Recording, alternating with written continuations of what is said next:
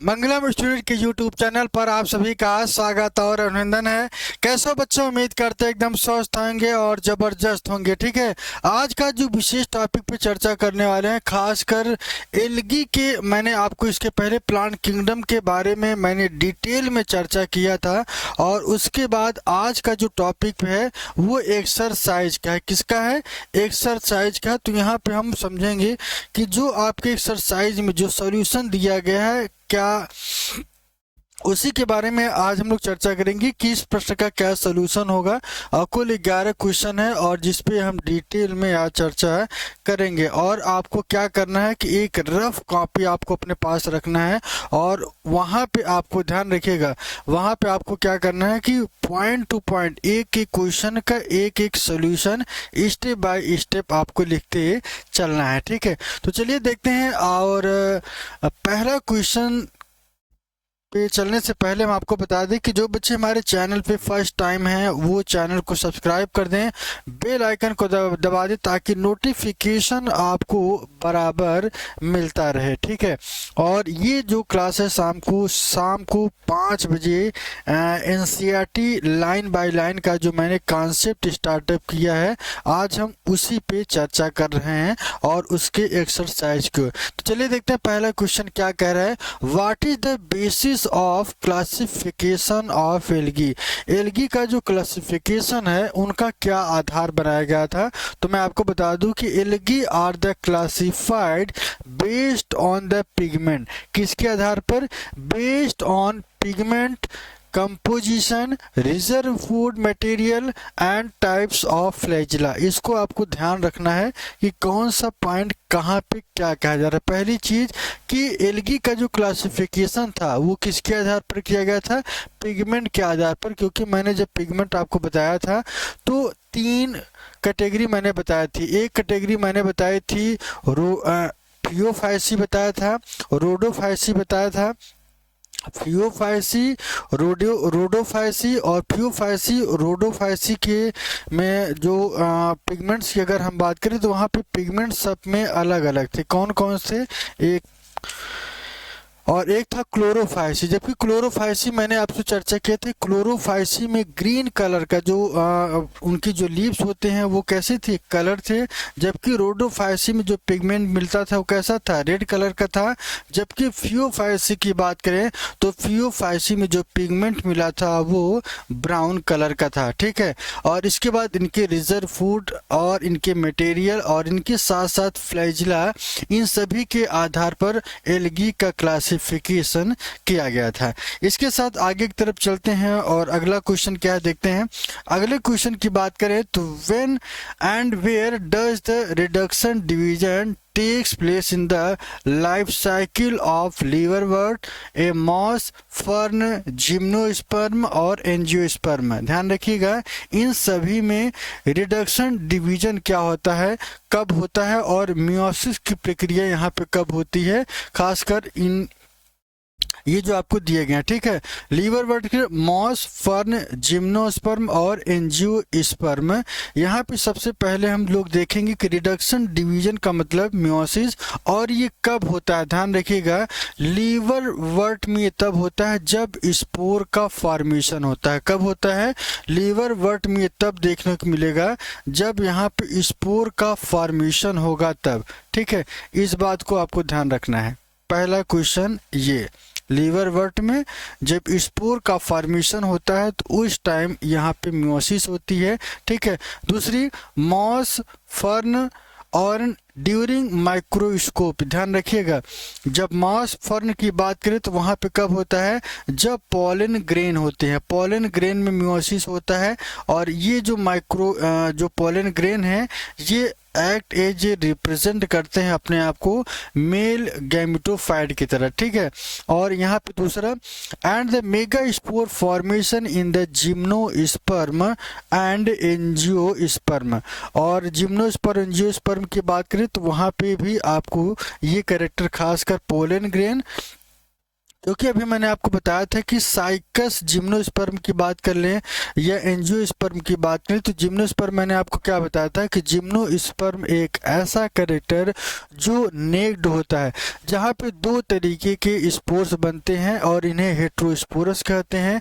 Gymnosperm में मैंने आपको बताया था, साइकस के बारे में बताया था, साइकस के साथ साथ मैंने आपको क्या बताया था, पाइनस के बारे में बताया था। ठीक है, तो ये कैसे थे, हेट्रोस्पोरस थे।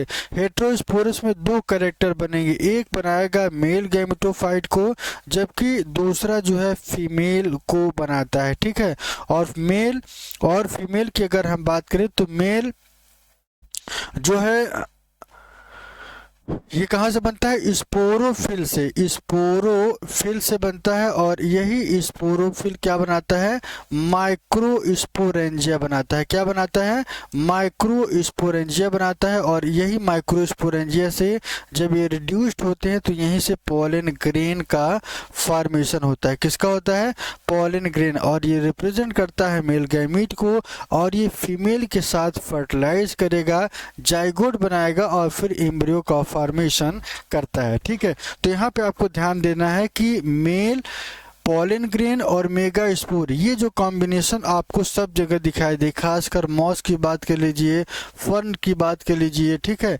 ये सब जगह आपको देखने को मिलेगी। अगला क्वेश्चन क्या कह रहा है, name the 3 group of plant bear archegonium. ध्यान रखिएगा, briefly describe the life cycle of one of them.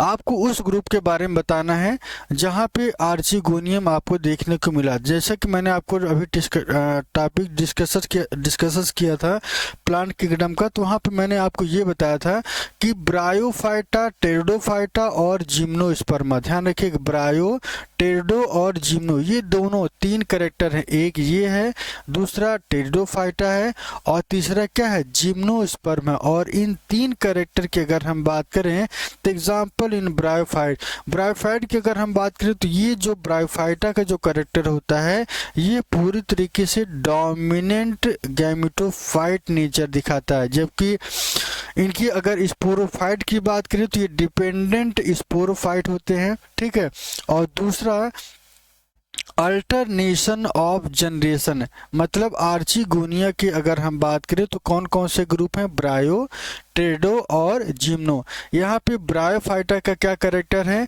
यहाँ पे जो गैमेटोफाइट दिखा वो डोमिनेंट स्टेज पे। स्पोरोफाइट की अगर हम बात करें तो स्पोरोफाइट कैसा था, डिपेंडेंट था, जबकि तीसरा जो कैरेक्टर था वो क्या था, अल्टरनेशन ऑफ जनरेशन। ये तीनों के तीनों कैरेक्टर किस में दिखेंगे, ब्रायोफाइटा, टेरिडो और जिम्नो में।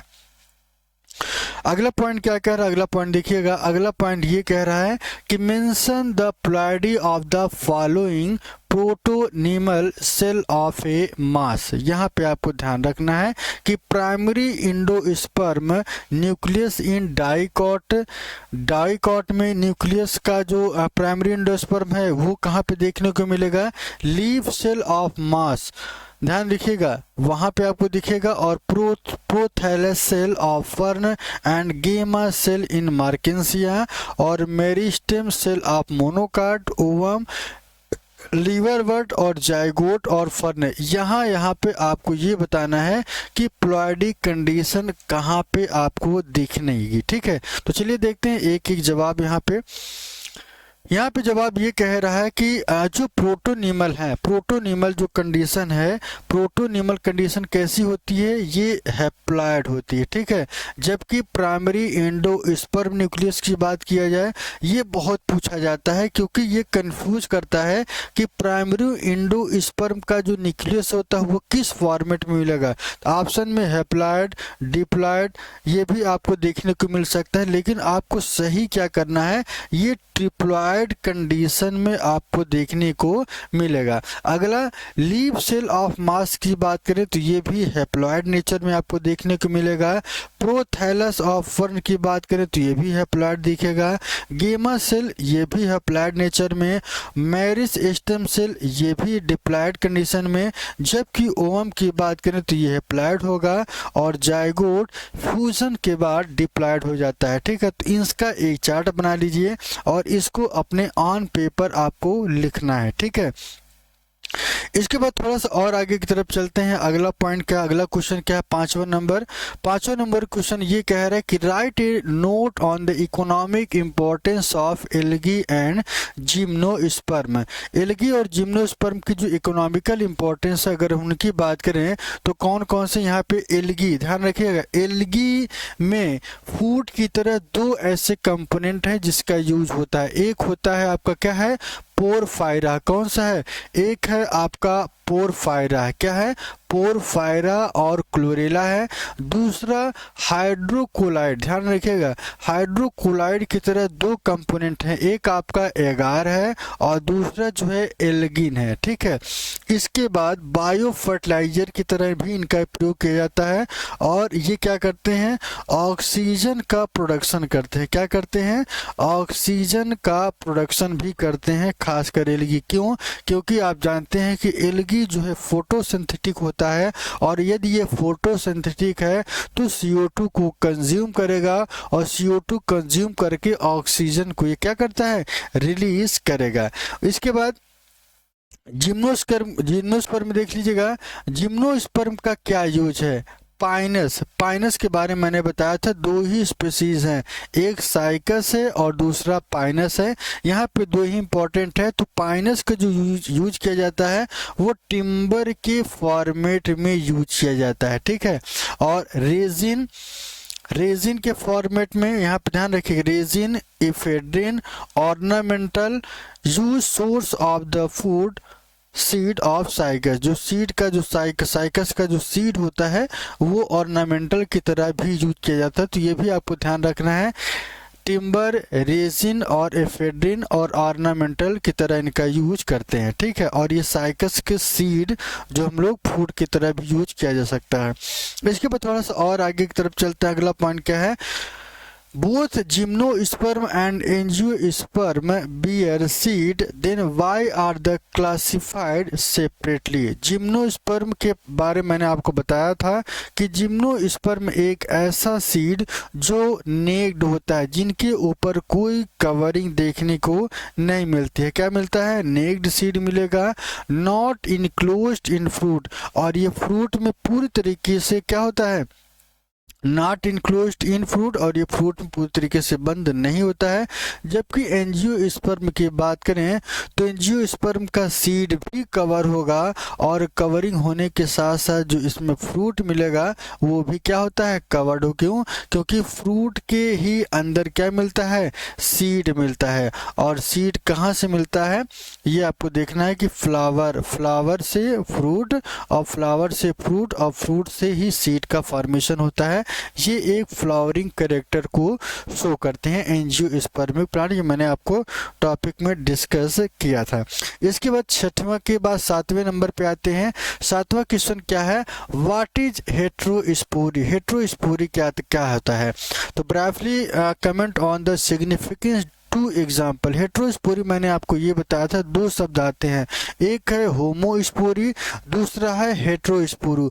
होमोस्पोरी का मतलब एक ऐसा कैरेक्टर जहाँ पे समान तरीके की स्पोर हो, जबकि हेट्रोस्पोरी में एक बड़ा और दूसरा छोटा होगा। जैसे कि मैंने आपको क्या बताया था कि heterospory production of two types of spore that is called heterospories, और यहाँ पे एक है आपका माइक्रोस्पोर और दूसरा क्या है, मेगा स्पोर है। क्या है, एक है माइक्रोस्पोर है और दूसरा क्या है आपका मेगा स्पोर है। तो ये भी आपको ध्यान रखना है। सिग्निफिकेंस की बात कर लेते हैं तो सीड हैबिट का इनका जो है सिग्निफिकेंस है, किस फॉर्मेट थोड़ा देखिएगा। एग्जाम्पल यहाँ पे दो होंगे, एक सेलेजिनेला और दूसरा जो है साल्विनिया।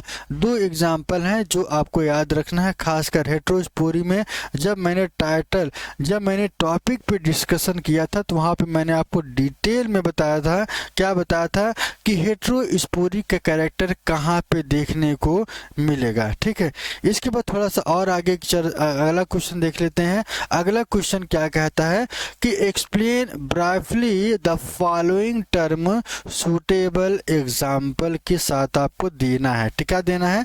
आइए देख लेते हैं प्रोटोनिमा के बारे में। एंथ्रीडियम, आर्चिगोनियम, डिप्लॉन्टिक, स्पोरोफिल और आइसोगैमी, ये सारे कैरेक्टर आपको देखना है। ठीक है, यहाँ पे देखते हैं कि प्रोटोनिमा क्या करता है। ये एक मॉस का जुवेनाइल स्टेज होता है। जुवेनाइल का मतलब क्या है, एकदम प्रिमिटिव स्टेज होता है। ठीक है ना, तो ये आपको ध्यान रखना है। तो पहला क्वेश्चन आपको जो एग्जाम्पल के साथ देना है वो क्या है, वो क्या है, मॉस है। ठीक है, मॉस का ये जो करेक्टर है जुवेनाइल स्टेज ऑफ मास। पहला एंथ्रीडियम की बात करें तो एंथ्रीडियम को हम क्या कहते हैं, मेल सेक्स ऑर्गन कहा जाता है। क्या कहा जाता है, मेल सेक्स ऑर्गन कहते हैं। और मेल सेक्स ऑर्गन आपको दो में दिखेगा, ब्रायोफाइटा या टेरिडोफाइट में एंथ्रीडियम आपको यहाँ पे देखने को मिलेगा और इसी दो करेक्टर को एंथ्रीडियम कहते हैं। ठीक है, जबकि आर्चिगोनियम की बात करें तो आर्चिगोनियम एक फीमेल सेक्स ऑर्गन है जहां पे ब्रायोफाइटा, टेरिडोफाइटा और जिम्नोस्पर्म, ये तीन कैरेक्टर आपको दिखाई देंगे। ठीक है, इसके बाद डिप्लॉन्टिक। डिप्लॉन्टिक का मतलब life cycle with dominant haploid phase. ध्यान रखिए, ये बहुत इंपॉर्टेंट है, यहाँ पे आपको ध्यान रखना है।